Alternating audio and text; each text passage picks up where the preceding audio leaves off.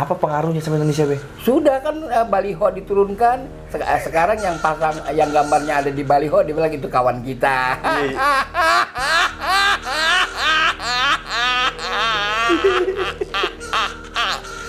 Balihonya diturunkan, gambar kawan kita. Sekarang kawan kita dibilang orang yang sangat berilmu. Kita harus berkawan.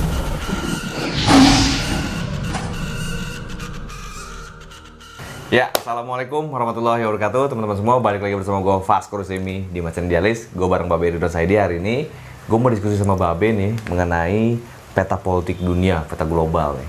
Kan gini, Be, Biden kan udah resmi lah, Be, ya. Bisa bilang dia ini udah jadi presiden Amerika Serikat. Iya. Biden.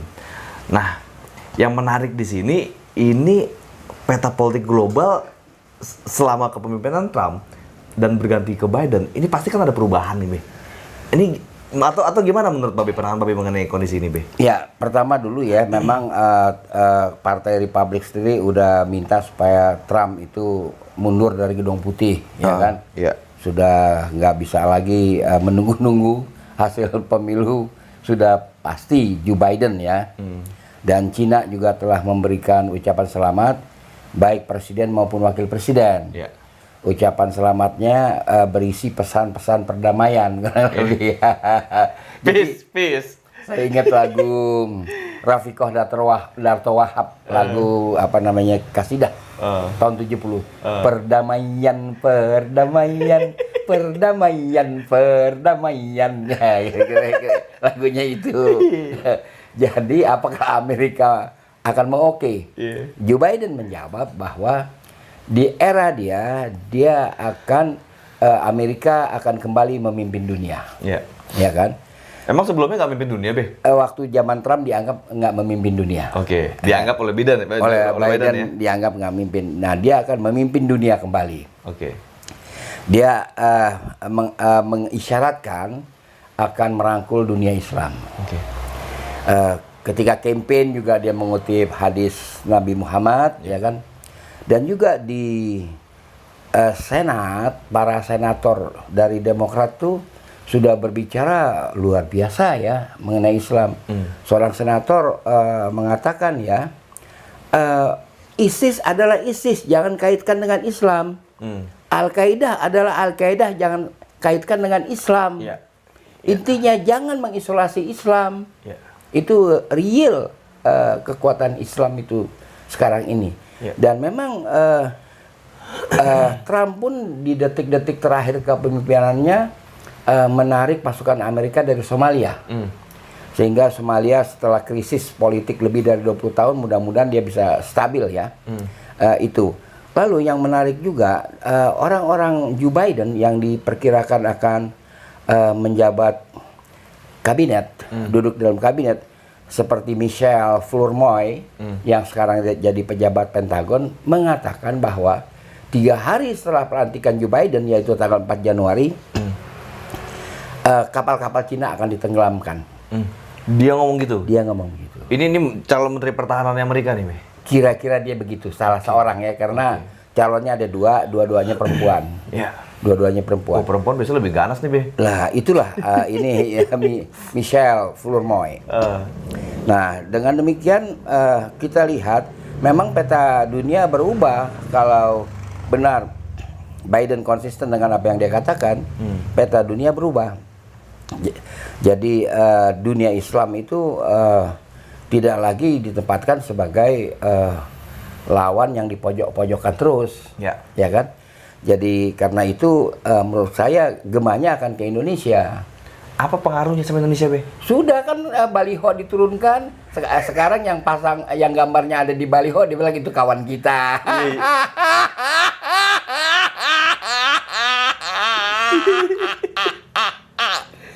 Balihonya diturunkan, gambar kawan kita.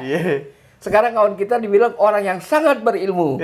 Kita harus berkawan. Kan pengaruhnya besar. Iya. Nggak bisa lagi. Jadi itu yang saya Jadi lihat. maksud Babe ada teguran dari Amerika gitu? Pada berasa aja. Pada berasa aja.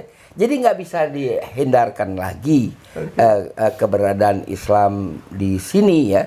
Lalu kita lihat dunia Islam kan tentu ada Iran ya.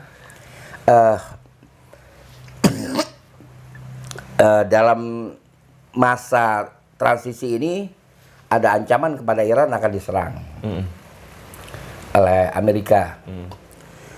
Tapi saya tidak tahu apakah Iran bagian daripada dunia Islam yang dimaksudkan oleh Joe Biden. Saya nggak tahu. Irannya itu apakah bagian dari dunia Islam yang dimaksudkan oleh Joe Biden? Iya. Ini belum tentu lah itu, Be. Belum tentu. Oke. Nah, jadi dengan konstelasi yang akan berubah begini, Indonesia juga akan berubah. Oke. Akan berubah. Jadi karena itu dalam konteks ini kita harus mengerti tren dunia nggak bisa lagi memainkan politik seperti yang kemarin-kemarin. Menempatkan Islam sebagai pesakitan. Iya. Itu nggak bisa lagi. Islam Indonesia ini kan dianggap negara, bukan memang dianggap, memang negara dengan populasi Muslim terbesar di dunia, Di dunia, kan? iya. Ini kan menarik, perlu dikaji juga nih dengan kedekatan Presiden Amerika yang saat ini itu dengan kelompok Islam. Apakah Indonesia akan lebih dekat dengan Amerika pada saat itu nanti? Jadi begini, kalau sudah Michel Flournoy mengatakan 3 hari setelah pelantikan 4 Januari kapal-kapal Cina akan ditenggelamkan, kan kita sudah bisa baca ya kan bahwa Amerika memang kuat. Dan Biden mengatakan saya akan memimpin dengan fresh thinking, dengan pikiran-pikiran yang segar. Dia katakan begitu.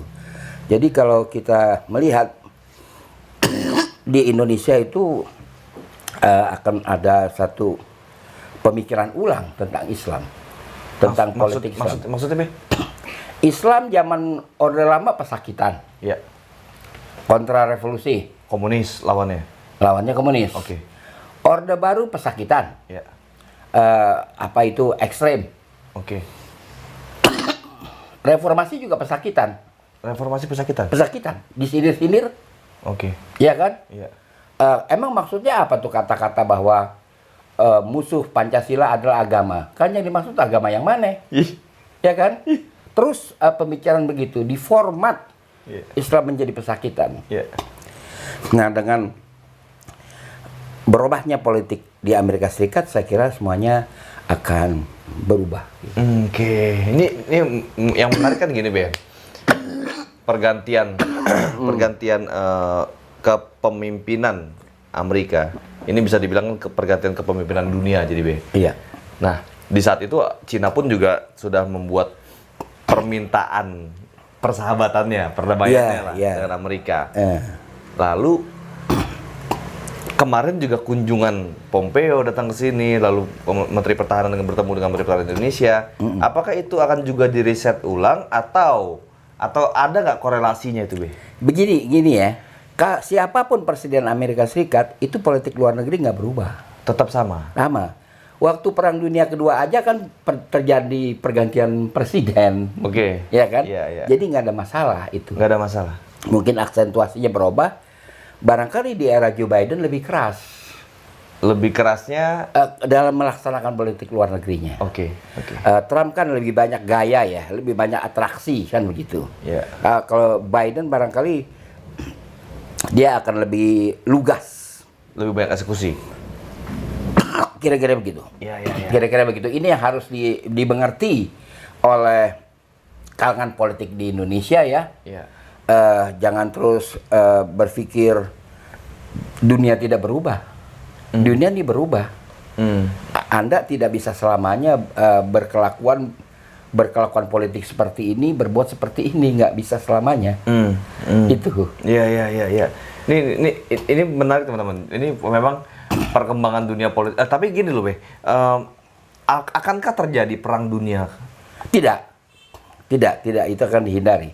Akan dihindari? Iya, jadi tapi katanya calon Menteri Pertahanan Amerika juga mau menyampaikan dia akan lawan tuh kapal-kapal Cina. Iya, itu kan localized, terbatas di Laut Cina Selatan saja. Kalau kapal Cina dibom atau dihajar peluru ya otomatis perang dong, Be? Iya, perang, tapi kan bukan Perang Dunia Kedua. Oke. Iya kan? Kalau Perang Dunia Kedua kan melibatkan seluruh negara-negara. Ini kan nggak cuma di Laut Cina Selatan aja, terbatas. Iya. Localize ya, Be, ya? Ya. Ya, teman-teman, bagaimana tanggapan kalian mengenai kondisi politik global saat ini yang memang ada pergantian pergantian rezim di sana, rezim kepemimpinan dunia. Iya. Dengan dari Trump ke Biden, yang Biden juga memang dikenal seorang eksekutor ya, Be, ya. Iya. Eksekutor. Lalu dia juga punya kedekatan dengan kelompok Islam di dunia ini. Iya. Coba tulis komentar kalian di bawah, apakah ada hubungan dengan Indonesia? Lalu sebenarnya gini nih, tokoh-tokoh pergerakan Islam saat ini kan yang dikenal di Indonesia ini Habib Rizik nih, Be. Iya. Apakah ada hubungannya, Be? Habib Rizik kan bukan punya jabatan-jabatan keresmian, nggak ada. Ya, kultural kah? Kultural, ya. Tapi kan ini kan kita berhadapan dengan penguasa-penguasa dunia. Ya. Jadi saya kira tidak terkait dengan Habib Rizik bahwa wibawa kelompok Habib Rizik itu meningkat bisa. Ya. Tapi kita ya tidak menginginkan perang. Ya. Tidak menginginkan kehancuran, tidak sama sekali. Tetapi dunia menurut versi Amerika, perdamaian itu bisa dicapai ya melalui jalan dia, melalui perang di Laut Cina Selatan. Ya, ya, ya. Jadi itu adalah Titik menenggelamkan perdamai. Oke, kapal Cina di Laut Cina Selatan itu dalam rangka mencapai perdamaian. Oke. Karena itu betul lagu Rafiqah Dr. Wahab, perdamaian, perdamaian, perdamaian, perdamaian. Ya teman-teman, coba tulis komentar kalian di bawah. Apa tanggapan kalian mengenai kondisi politik global saat ini dan hubungannya dengan Indonesia? Kalau ini bermanfaat, bagikan ke seluruh sosial media kita semua, Facebook, WhatsApp, dan lain-lain. Pastiin lo udah subscribe dan klik tombol loncengnya biar lo terus update di Macan Idealis. Assalamualaikum warahmatullahi wabarakatuh. Salam.